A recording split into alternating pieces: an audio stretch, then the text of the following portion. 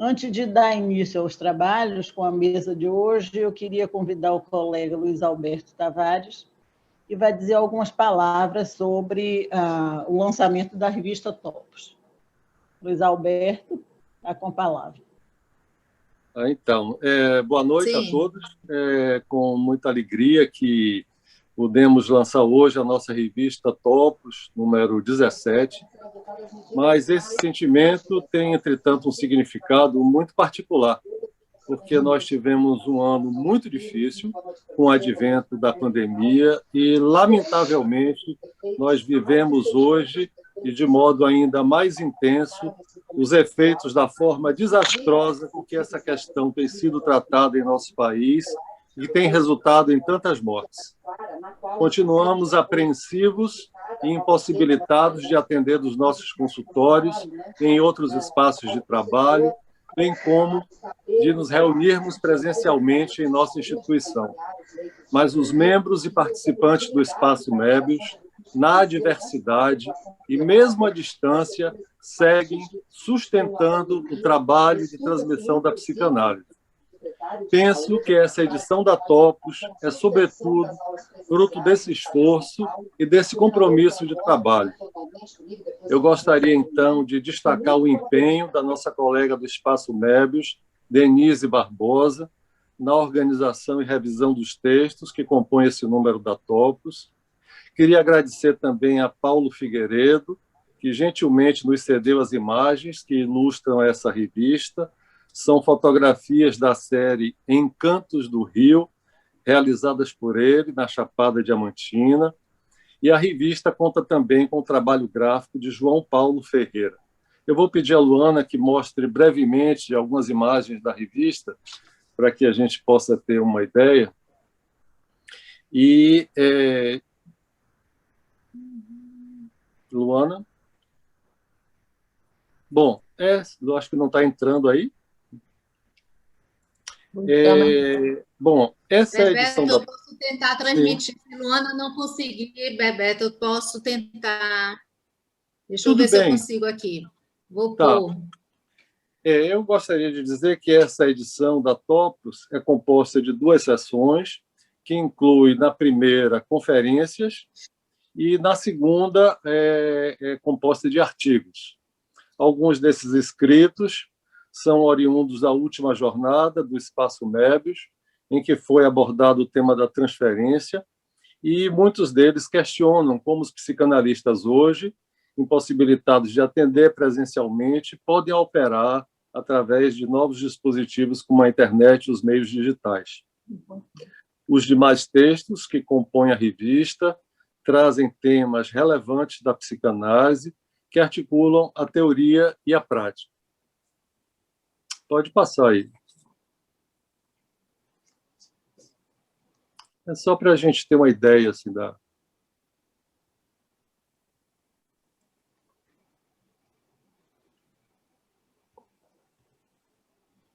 as ilustrações aí com as fotos de Paulo Figueiredo, os textos.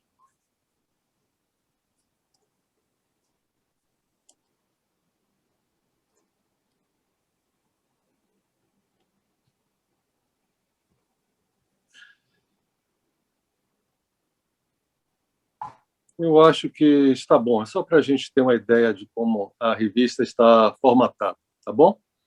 Eu gostaria, então, de agradecer a todos os autores que generosamente colaboraram com seus artigos: Alba Flechler, Ângela Borcaro, Aurélio Souza, Caio de Matos Filho, Clara Krugler, Letícia Patriota da Fonseca, Liane Tresser, Lorena de Assis Reis, Mônica Portugal, Sandra Pedreira, Sheila Machado, Tatiana Pitavi e Zeila Torezan.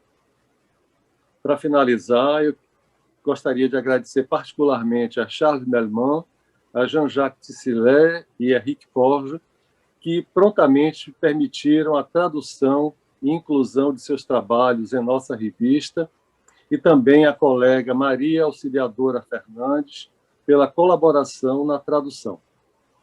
Pode fechar aí a revista?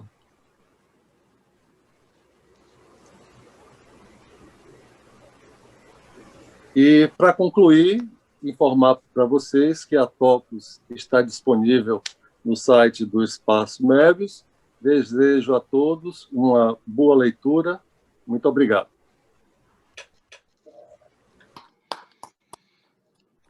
Então, Com você, Guaciara.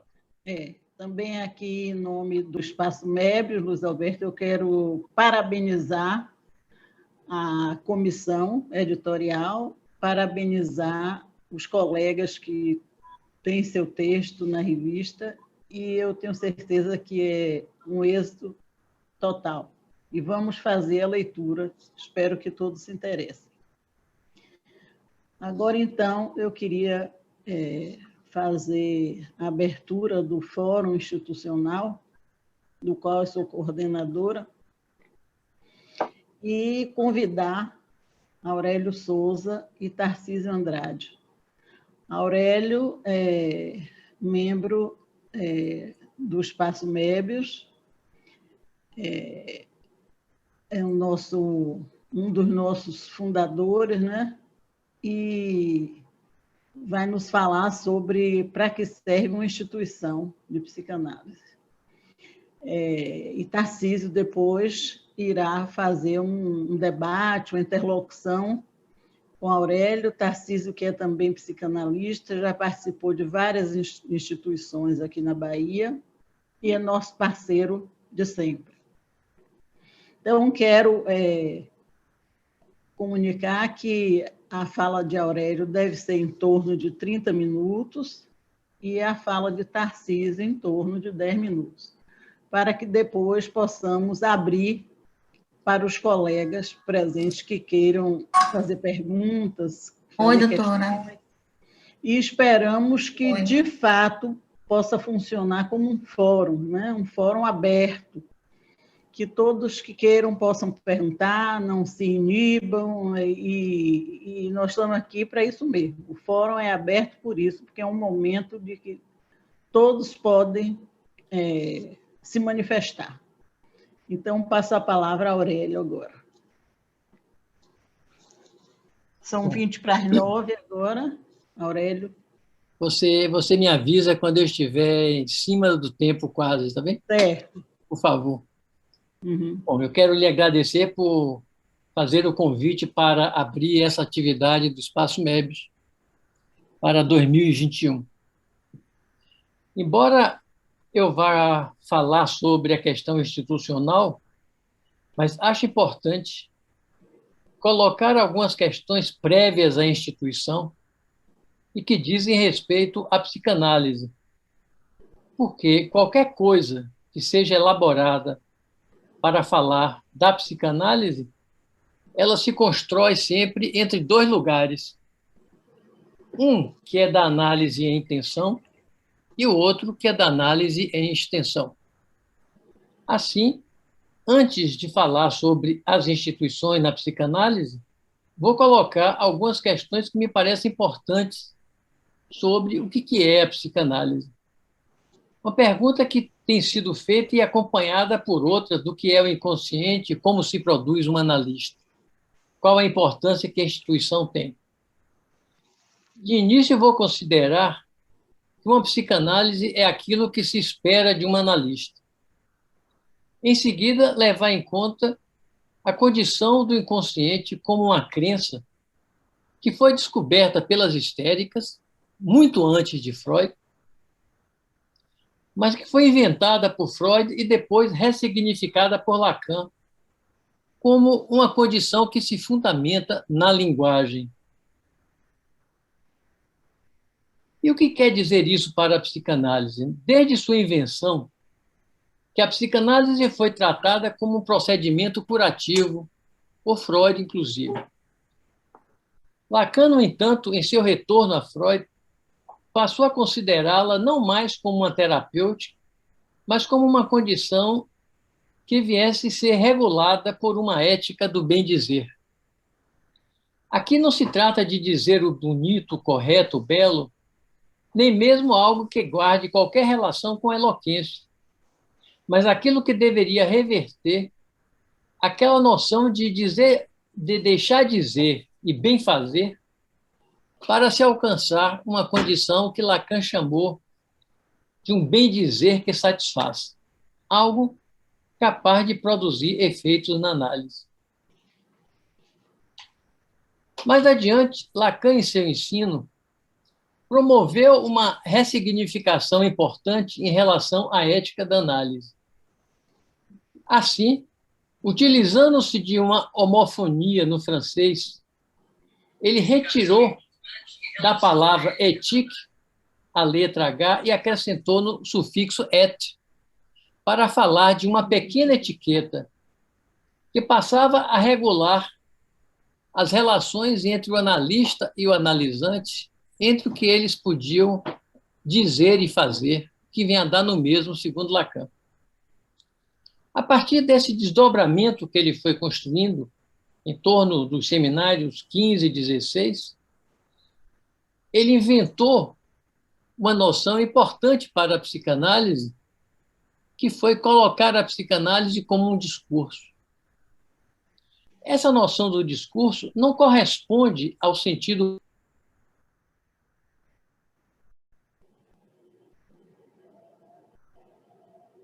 Tivemos uma falha aqui, Aurélio saiu. Deixa eu tentar de novo. Estão me ouvindo agora? Sim. Sim. Sim, voltou. Ok, é porque eu fiquei lá em cima agora, tudo bem. Então, a noção de discurso, não? Para mim, não. Mas no meu não está. A noção de discurso. Agora. A noção de discurso não corresponde ao sentido comum, mas passou a ser concebida por Lacan como uma relação entre dois lugares, né, do analista e do analisante, que se estabeleceu com relações rigorosas entre esses dois lugares. E quando Lacan estabeleceu a noção do discurso, ele considerou que esses dois lugares deveriam ser divididos em 4 lugares, estabelecendo uma ordem e um rigor, onde ele construiu 4 discursos oficiais da psicanálise. Eu só vou citar, chamando a atenção para aquele que seria, de início, o primeiro discurso de todos, que ele chamou de discurso do mestre, e, de alguma forma, regulava a condição para a prática analítica. Embora, no momento em que se estabelecesse uma relação entre o analista e o analisante, uma série de modificações passariam a acontecer. Então, quando Lacan foi elaborando essa noção do discurso, e ele falou primeiro, no momento em que o analisante demanda uma análise e promove uma relação social com o analista, ele construiu, a partir daí, um discurso chamado o discurso do histérico, onde o analisante toma a palavra e segue um protocolo que o analista coloca para ele. Falar o que vem à cabeça, o que ele disser é verdade, não mente. E, a partir daí, o analista insiste em fazer uma intervenção para que o analisante tome a palavra e passe a relatar fatos da sua história. Essa condição é importante porque, a partir do momento que o analisante começa a falar, a fala dele se desdobra em 2 vias. Uma, que eu vou dizer assim, uma versão oficial da história. Ele conta os fatos da história dele, fala de relatos, fala de traumas, o que seja, tudo dentro de uma construção que eu vou chamar assim, histórica, cultural, oficial.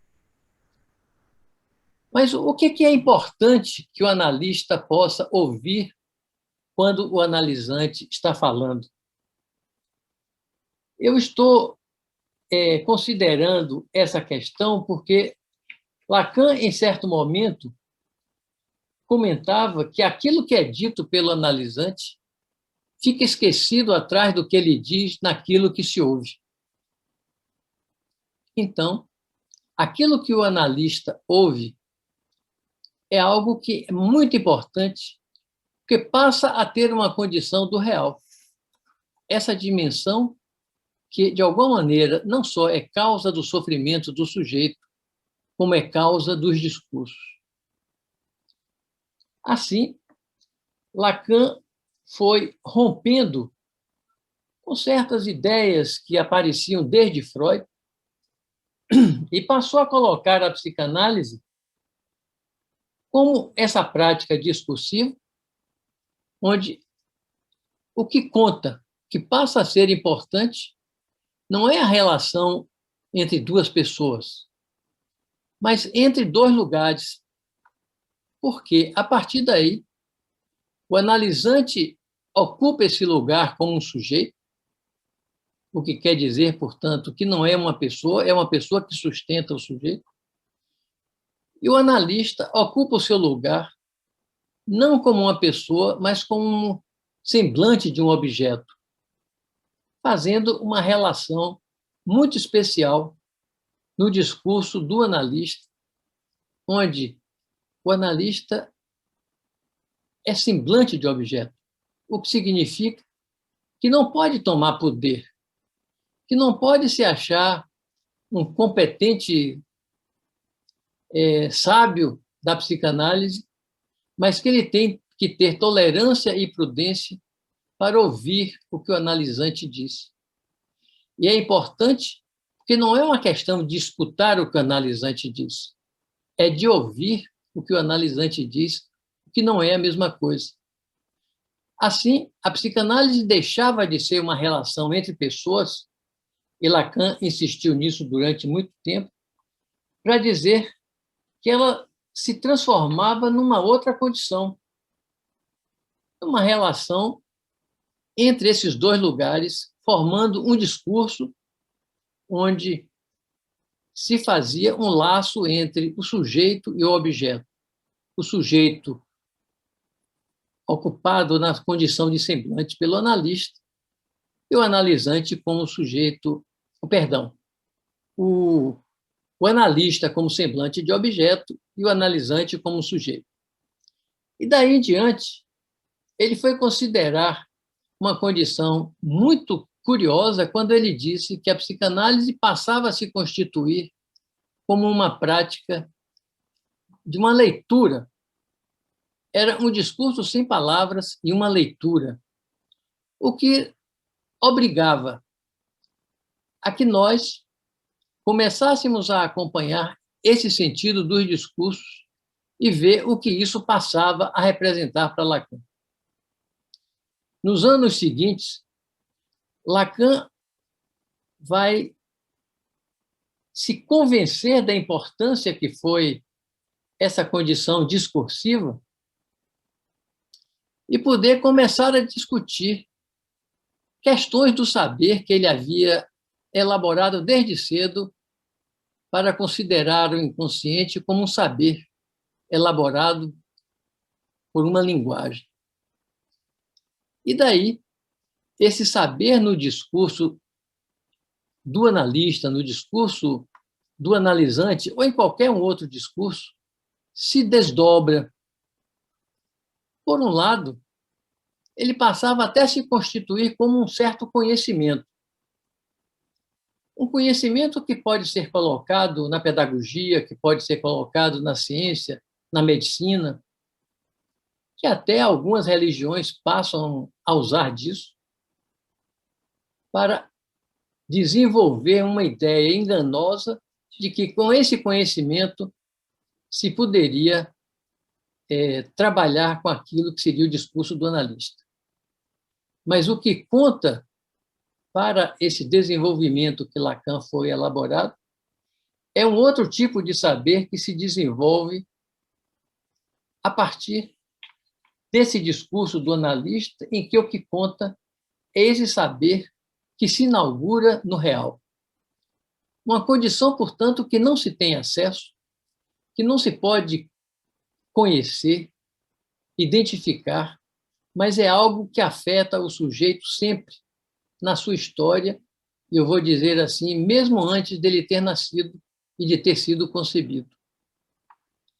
Essa dimensão do real foi importante porque convocou Lacan a trabalhar com uma noção que era querer apresentar, na prática da análise, o real, o simbólico e o imaginário juntos, funcionando e produzindo efeitos numa mesma relação de espaço-tempo. E ele não tinha conseguido isso, a não ser a partir de quase em torno do seminário 19, nos anos 70, quando foi apresentado para ele a cadeia borromeana. Uma estrutura que eu não vou apresentar agora, fica para outros momentos, mas onde o real, simbólico e imaginário se enlaçam, os três, formando essa estrutura de cadeia que de início Lacan chamou nó, onde o sujeito, a partir de um determinado momento, Lacan o colocou no centro da cadeia borromeana, sofrendo os efeitos dessas três dimensões.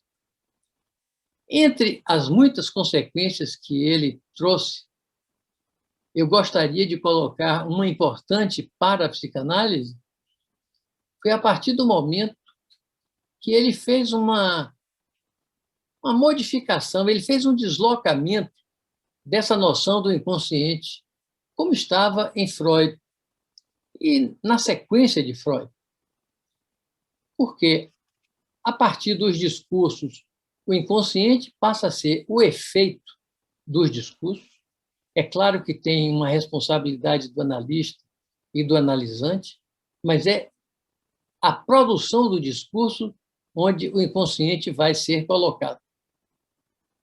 E com a cadeia borromeana, Lacan faz uma axiomatizzação da psicanálise que é fundamental, e eu gostaria de enfatizar aqui, é quando ele afirma que o inconsciente é uma invenção do sujeito. É o sujeito que inventa o saber inconsciente que o determina. É importante porque, para podermos considerar o valor dessa axiomatização de Lacan, é necessário levar em tempo a questão do tempo da análise. A noção que Lacan trabalhou durante muitos anos, falou disso muitas vezes, mas, no final, ele faz uma reversão na apresentação inicial do instante de ver, o tempo para compreender e o momento de concluir, quando ele determina que o momento de concluir interfere no tempo para compreender e determina o instante de ver. Bom, mas tudo isso, para que serve uma psicanálise? Como ela não tem um efeito terapêutico de início, mas pode ter, a ideia que Lacan colocou, enfatizou e passou a desenvolver é que a prática da psicanálise ela é fundamental na produção do analista. De que é preciso que um analisante faça uma análise e chegue até o final da análise para poder, no curso da análise, entre outras coisas, descobrir que ele gostaria de ser analista. E, a partir daí, ele constitui uma condição necessária para ser analista. Vou enfatizar isso algumas vezes, porque a análise, chegando até o final, determina uma condição necessária para que o analisante possa ser analista.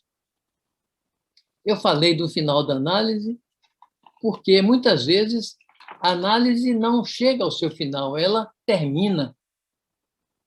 Ela pode terminar de muitas maneiras.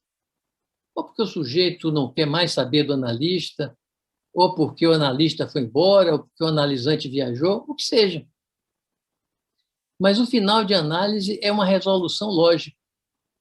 É uma equação importante que Lacan chamou a atenção muitas vezes de que, na resolução dessa equação que ele identificou como final da análise, uma condição essencial, entre outras, é a possibilidade do analisante, no final, assumir uma identificação com o objeto pequeno a. Um objeto pequeno a que Lacan identifica como causa do desejo, e eu vou chamar como aperitivo de gozo. A identificação que o sujeito faz no final da análise com esse objeto possibilita uma condição necessária, como eu falei há pouco, para que ele venha a ser analista, se ele descobrir uma vantagem disso, se ele tiver um querer ser analista. Agora, é preciso que nós, que trabalhamos na área, possamos também acompanhar de que só a análise não qualifica um analisante a ser analista. E foi assim que Lacan disse, entre outras condições, no final de análise, é preciso que aquele que tem vontade de ser analista produza uma passagem ao ato esclarecida. É uma expressão delicada que Lacan fala. Ele fala equivalendo isso também a um ato iluminado. E o que significa isso? Que se o analisante descobre que quer ser analista, chega ao final da análise, nessa condição necessária, ele é obrigado a se jogar numa instituição de psicanálise. Ele é obrigado a participar de uma instituição de psicanálise.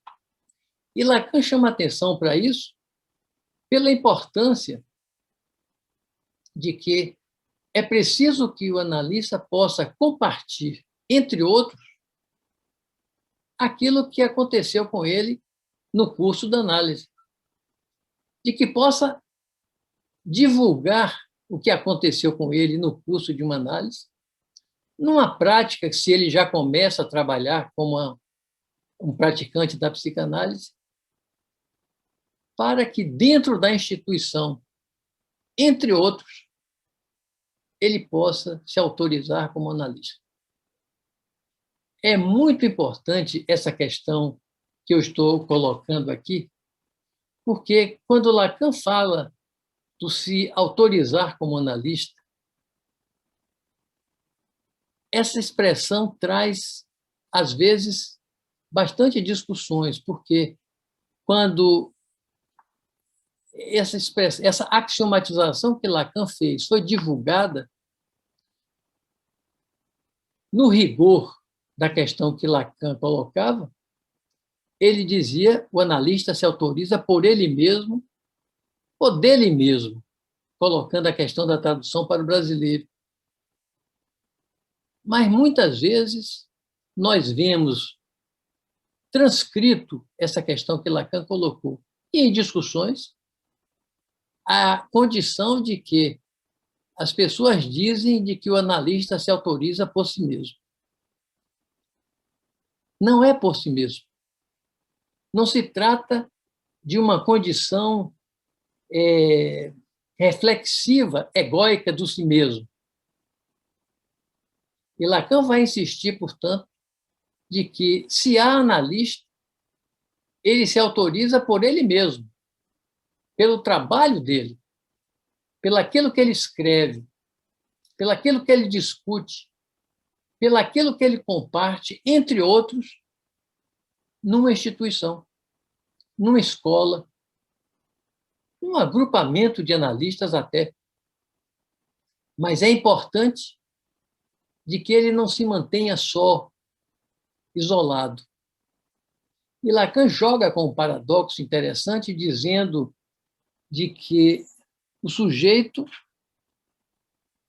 é uma condição de é uma condição em que ele fica sempre unificado, mas que ele, dentro da psicanálise, dentro do projeto de ser analista, ele tem que aceitar participar, entre outros, com as dificuldades que isso traz, porque essa é a grande questão das instituições, é a grande questão daquilo que nós compartimos nas instituições de psicanálise. Porque quando Lacan propôs, em 64, depois de um desentendimento que houve, ele foi, inclusive, excluído da IPA, e tendo fundado a Escola Freudiana de Paris, já me deram um sinal aqui, Guaciara, que eu tenho 5 minutos, ele foi capaz de fundar uma instituição e criar um dispositivo que possibilitasse uma entrada para a instituição, criando o sistema do passe.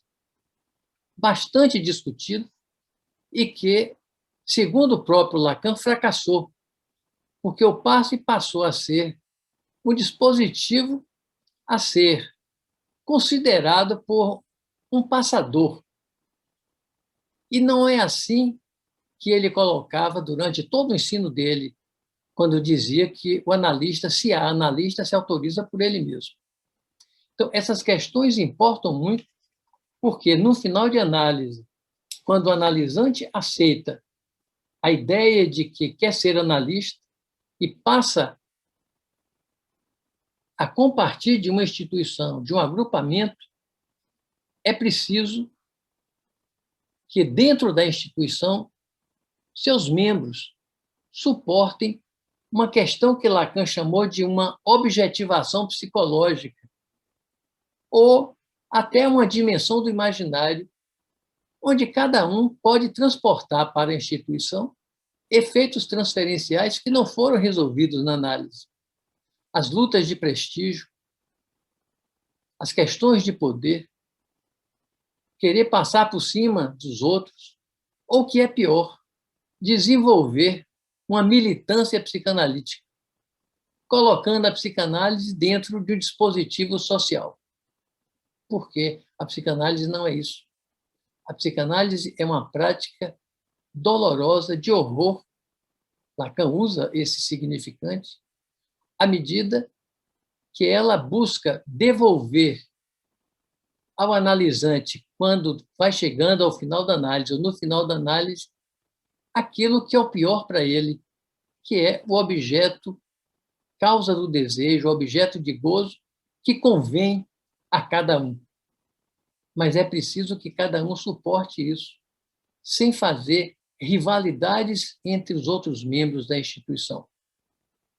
Essas questões são necessárias que elas sejam discutidas, trabalhadas, debatidas, porque se uma instituição acolhe o analista quando sai do final de análise com a vontade de ser analista, não é ela que vai declarar esse membro como analista. É ele, o trabalho dele, a transferência de trabalho que ele vai desenvolver, dando, aí sim, uma importância à instituição para que cada um possa compartilhar, entre outros, aquilo que é o trabalho que ele realiza. Essa é a condição que eu diria essencial para que se possa ter uma instituição de psicanálise e suportar as dificuldades que ela traz. E que nós possamos, daqui de 21 em diante, fazer frente a tudo isso e colocar Espaço Médios, mais uma vez, à frente. Muito obrigado e espero que tenham contribuído um pouco com essas questões.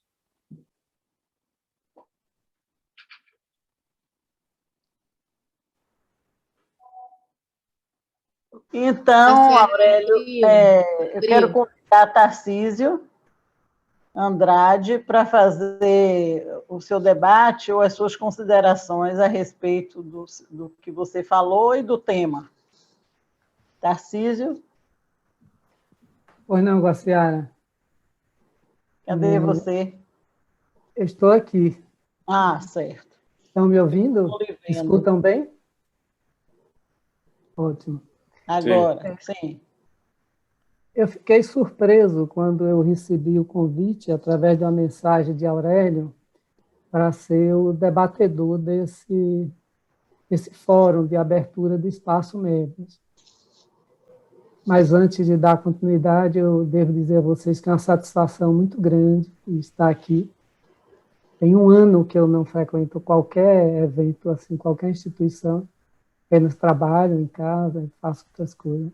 É muito bom rever vocês, rever amigos de longas datas que antecedem o Espaço Médios e renovar a sensação de acolhimento que eu tenho quando eu vou à instituição. Mas eu dizia que eu fiquei surpreso quando eu recebi a mensagem de Aurélia me propondo ser o debatedor dessa mesa, e que teria sido uma indicação da Guaciara. E eu me perguntei por que eu. Né? Primeiro porque, embora a Guaciara tenha falado de que eu já transitei muitas instituições, a vida inteira eu pertencia fui associado ao Círculo Psicanalítico da Bahia, saí por um período, voltei, e quando saí, a próxima instituição que eu frequentei com alguma assiduidade foi o próprio Espaço Médio. E nunca fui muito afeito às questões institucionais. E por que não Carlos Pinto, por exemplo, que já escreveu sobre instituição psicanalítica e tal. O outro ponto é debater um trabalho de Aurélio. Como vocês sabem, eu não sou lacaniano, sei pouco de Lacan. Muitos de vocês poderiam debater um trabalho de Aurélio com muito mais pertinência do que eu. Aí outra pergunta é por que eu aceitei? Uma possibilidade é que tenha sido por vaidade. Isso é possível, eu não me curei disso ainda. Eu sou um sujeito vaidoso, sim. A outra é porque eu gosto de coisas difíceis. Então, quem me conhece, quem acompanha a trajetória da minha vida, sabe o quanto eu gosto de coisas difíceis. A melhor definição disso é um colega médico que um dia me disse: Tarcísio, você tem tendência para cachorro. Eu nunca vi alguém gostar tanto de osso quanto você. Eu digo, tá bom, Pacheco, tudo bem, mas é isso aí. Então, o que é que eu posso contribuir nesse momento? Já que eu não tenho condição, conhecimento, profundidade para debater o trabalho de Aurélio. Como sempre, bem escrito, com profundo conhecimento da obra lacaniana, é fazer contrapontos, trazer as coisas do jeito que eu concebo, que são, evidentemente, um tanto quanto diferentes. E eu vou trazer isso e acho que a maioria das vezes a título de provocação para ouvir Aurélio a respeito. Então, Aurélio, dentro da minha percepção, que se assemelha um pouco ao que dizia Manuel de Barros, quando dizia que ele era especialista no inespecífico, né? Tomando o teu trabalho, eu daria um outro título a ele. Eu diria: a formação do psicanalista, uma visão lacaniana, que é o que o seu trabalho mais traz. E a sua referência é Lacan, exclusivamente Lacan. E traz isso assim com uma intensidade muito grande. No entanto, e você sabe isso mais do que eu, muitas pessoas falaram sobre instituição. Pessoas extremamente conhecidas, como Winnicott, André Green, René Caes, várias pessoas falaram com muita pertinência. Aliás, toda a história da psicanálise, a questão institucional é presente, as crises institucionais que você falou um pouco, questão do poder, né, a identificação, principalmente no início, entre a psicanálise e o próprio Freud. Então, fala mal da psicanálise, ou se contrapor à psicanálise, era se contrapor a Freud. A gente podia até trazer uma atualização disso e dizer que, em tempos mais modernos, falar da psicanálise, se contrapor a pontos de vista psicanalítico, era se contrapor aos analistas de datas, que tinham uma posição completamente diferenciada dentro dos círculos, das associações de psicanálise. E, como você falou no início do seu trabalho, não pode se falar de psicanálise sem tomar duas vertentes da psicanálise em intenção e extensão, e a psicanálise que você traz em extensão do seu trabalho, na vertente da transmissão da psicanálise, você sabe que eu sou um apaixonado pela psicanálise em extensão, além da transmissão da psicanálise. A psicanálise que você se utiliza do seu conhecimento para uma ação social. A psicanálise como laço social num sentido mais amplo, não apenas desse laço definido entre dois discursos, entre dois sujeitos, mas numa amplitude maior. E aí nós teríamos que considerar, minuto só para não me perder no tempo aqui. E aí nós teríamos que considerar, para além da constituição psíquica individual, a questão da intersubjetividade. Você não pode considerar laço social sem considerar cultura, sem considerar o momento. E aí eu me pergunto, ouso perguntar, o laço social de que falava Lacan no momento em que ele criou sua obra é o laço social hoje existente? Qualquer um de nós vai dizer que não, as coisas mudaram completamente. O discurso do mestre, o mestre que está no discurso de Lacan, é o mestre da atualidade? Ou ele acompanhou a destituição da figura paterna e não é mais aquele mestre? Então eu sinto falta disso, eu sinto falta de uma crítica, no bom sentido, à obra de Lacan, podia ser a de Freud, podia ser de qualquer pessoa, pelos próprios lacanianos, porque quem é de fora, quem não é lacaniano, criticar Lacan, é fácil, porque você está em situações opostas do ponto de vista ideológico, não raramente. A mesma coisa em relação a Freud, quantas vezes, em quantos locais, ou quantos movimentos retratam a obra de Freud. Mas, às vezes, eu sinto que, em determinadas situações, eu acho que o espaço médio eu posso citar como exemplo, é como se houvesse se colado excessivamente na obra de Lacan, e quando você observa qualquer objeto de uma proximidade excessiva, você não consegue ver detalhes, você não consegue ter uma visão mais ampla. Eu posso estar equivocado, aí é que eu queria, Aurélia, ouvir de você, assim, o que foi construído em termos de conceito, o que se avançou na obra de Lacan 40 anos depois, né? Lacan faz 40 anos, e faleceu agora em setembro de 2021. E aí eu acho que certamente é uma miopia da minha parte, que eu não convivo, eu não tenho essa profundidade, mas eu sinto falta desse questionamento. Né? Eu sinto falta dessas outras referências. Por exemplo, tem um texto que eu acho assim, que tem tudo a ver com psicanálise, e é de um pedagogo. Se chama O Saber, a Experiência e o Saber da Experiência, em que ele fala que o conhecimento, e aí se aplica a instituição psicanalítica, se dá a partir de um lugar em que o sujeito do conhecimento é um sujeito tombado, não é um sujeito potente. E a grande confusão das instituições psicanalíticas é essa potência, é quem tem mais conhecimento. Você traz isso em seu trabalho. Quem é mais lacaniano? Hoje você não falou sobre isso. Quem é mais ou quem é menos lacaniano? Né? Quem é que sabe mais? E por aí não se vai longe. Por aí a gente não avança muito. Eu tenho recentemente, aí é uma questão pessoal, feito uma aí é para consumo pessoal, além da análise que eu fiz, e continuo fazendo, a análise nunca termina, me aproximado do budismo.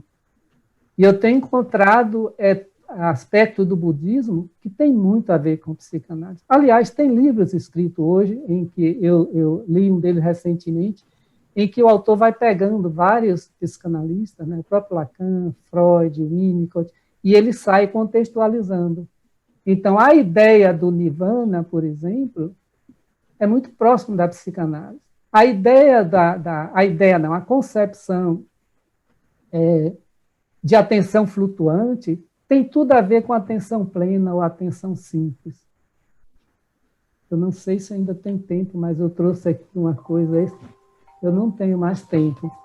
Deu os 10 minutos, Glaciara, e eu prefiro ser fiel ao meu tempo e ficar disponível para a gente conversar um pouco.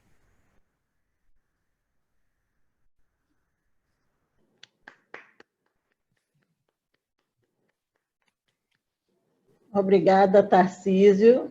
Eu queria passar a palavra a Aurélio para fazer essa interlocução aí com o Tarcísio e depois, então, no outro momento seguinte, fazer a abertura para os colegas.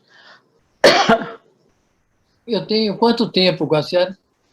10 minutos. 10. Bom, essas questões que... Primeiro, eu gostaria de agradecer o convite que nós fizemos e você ter aceito e colocado questões assim, bastante delicadas, que eu vou comentar sobre algumas delas, não vou falar sobre todas, porque não vai dar tempo, mas eu gostaria de chamar a atenção de que um dos comentários que você fez e que vale a pena insistir aqui é exatamente a diferença entre o ensino e a transmissão da psicanálise. Porque, na sequência do que eu falei, na sequência do ensino de Lacan e como a psicanálise está sendo concebida, ela não é uma prática que se ensina. Ela é uma prática que ela é transmissível, mas não é ensinável. Porque o aprendizado da psicanálise é uma condição que é da responsabilidade de cada um a partir da análise que ele faz e do trabalho que ele desenvolve como uma transferência de trabalho da análise em intenção para análise em extensão. Então, ninguém pode ensinar a psicanálise. E eu acho que é importante isso que Tarcísio colocou, e essa ênfase que eu estou dando, para fazer uma crítica aos vários momentos e grupos que ocorrem no Brasil, fora do Brasil, querendo ensinar a psicanálise, ensinar alguém a ser analista num curso de 6 meses, 1 ano, 2 anos. Isso é uma falácia. Isso é algo contra a psicanálise. Então, ela se transmite à medida que cada um, inventando a psicanálise que pratica, vai podendo compartilhar com os outros aquilo que acontece no seu ofício. E eu vou dizer mais ainda, não é nem uma questão de experiência, é uma questão de prática, é uma questão de invenção que cada um vai fazendo a cada momento. Porque eu falei rápido, mas o ato que constitui o sujeito em cada momento é alguma coisa tão singular que nem o sujeito sabe o que é, porque cada ato o modifica.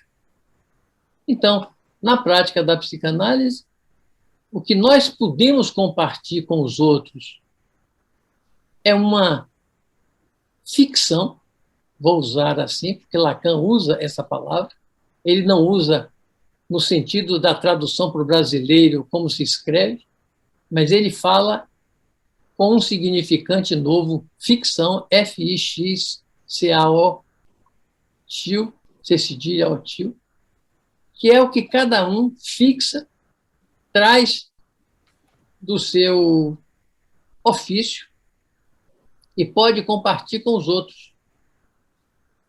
Essa é a condição que você falou da transmissão do ensino que me parece importante. E é de tal natureza que, quando Lacan falou do laço social, você chegou a comentar sobre isso, não é um laço social a ser compartido como o laço social da cultura, da sociedade. É um laço social que tem uma singularidade que liga o lugar do analista com o lugar do analisante. É social nesse sentido. Quando Lacan comenta, e depois isso circulou um pouco, de que a psicanálise é o social, de que a psicanálise é política, tudo isso tem um valor. mas um valor singular, um valor que não conta na expansão. Por quê? Uma condição que é fundamental para a psicanálise é que, falando do analista, falando daquele que pratica a psicanálise, ele não faz grupo, ele não faz conjunto. Agora, ele é intimado a viver no grupo. O que eu falava há pouco, ele é convocado a estar numa instituição, mas é um entre outros. Não são todos. Então, o difícil da instituição, o difícil de compartilhar situações institucionais é que cada um de nós pode guardar resquícios de um imaginário onde a presença dos outros leva a uma competitividade, leva a uma luta de prestígio e que isso dificulta os efeitos operativos de uma instituição. Então, o social não é equivalente ao social da cultura.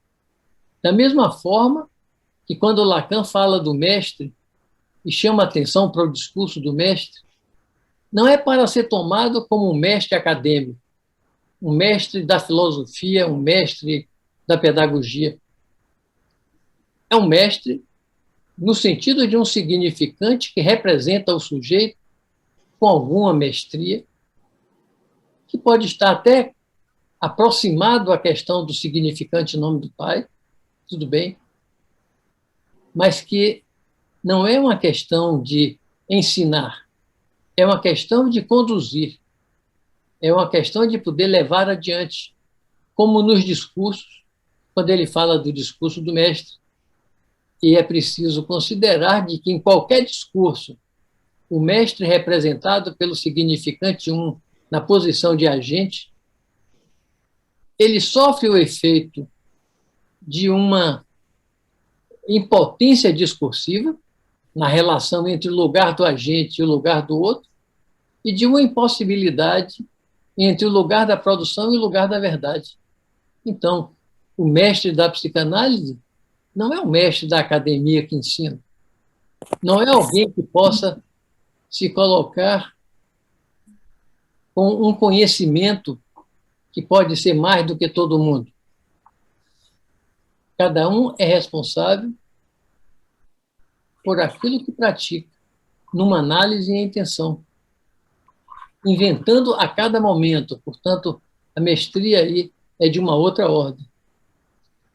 Nesse aspecto, a questão de quem é mais lacaniano ou menos lacaniano é também uma questão importante, porque nós, a partir do momento que compartimos grupos de outros lugares, de outros estados, de outros países, há sempre uma ideia que é lacaniano quem foi aluno de Lacan.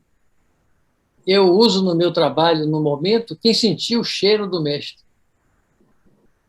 Mas não é lacaniano quem sentiu o cheiro do mestre. É quem pode ir adiante naquilo que Lacan colocou. E é importante considerar de que o ensino de Lacan ele tem cortes e rupturas essenciais. Porque, à medida que Lacan foi construindo uma teoria e foi avançando naquilo que era do imaginário, do simbólico e do real,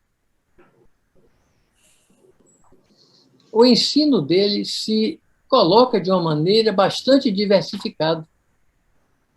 E nós temos muitas situações onde pessoas que sentiram o cheiro de Lacan, por exemplo, e eu vou dar um exemplo aqui, estou longe da França, posso falar, como Mustapha Safwan, foi um analista que se pode considerar como analista lacaniano importante. Ele esteve conosco aqui muitas vezes, ou pelo menos algumas vezes, e, num determinado momento, ele disse isso para mim. Eu nunca li os trabalhos sobre topologia lacaniana. Não me interessava isso. Nós não podemos dizer que Safuan não era lacaniano porque não se interessou pela cadeia borromiana. Mas é assim que essas coisas acontecem. Então, ser ou não ser lacaniano, quem é mais ou quem é menos, fica por conta de como cada um faz aquilo que Lacan fez em relação a Freud. Lê-lo, divulgá-lo, ir adiante de Freud, sem repeti-lo, porque é assim que a psicanálise é transmissível, sem que se repita, mas quem que possa compartilhar seu trabalho com os outros em diferentes momentos. Mais uma vez, Tarcísio, obrigado, e eu vou calar aqui para ver se tem alguém que queira fazer mais algum comentário. Obrigado, Aurélio, por tuas considerações ao que eu falei. Bom, eu quero, então, mais um minuto só, agradecer a todos, podemos ter compartilhado um momento como esse e começar as atividades do Espaço Médios. Muito obrigado a todos e até a próxima. Boa noite. Obrigada, Aurélio, obrigada, Tarcísio, aos colegas daqui da instituição, de fora da instituição. Mais uma vez, das boas-vindas e dizer que, a partir de hoje, toda terça, nós teremos um fórum, uma atividade e, seguindo a programação, todos poderão se orientar, porque a programação vai sair semanalmente atualizada e todo mundo vai poder acompanhar as atividades que podem participar, e eu espero que sejam muitas. Então, boa noite a vocês. Obrigado a vocês. Beijo para todo mundo. Boa noite. Obrigada a todos. Boa noite. Boa noite. Boa noite. Boa noite. Boa noite. Boa noite. Boa noite, Sandra.